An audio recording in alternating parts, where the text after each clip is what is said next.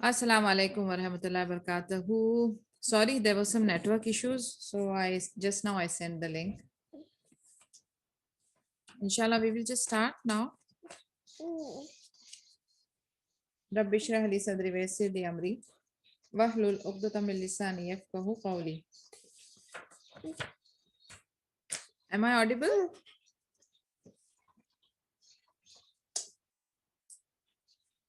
Can you hear me?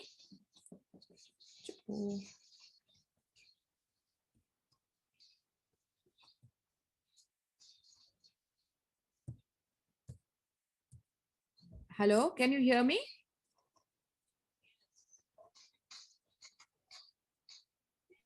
Yes, Alhamdulillah. Okay, inshallah. Let's begin. Let's begin our 43rd session of Golden Stories of Umar ibn Khattab radiallahu anhu. And we are on page number 336. Umar radiallahu anhu consulted Ali radiallahu anhu before making final decisions.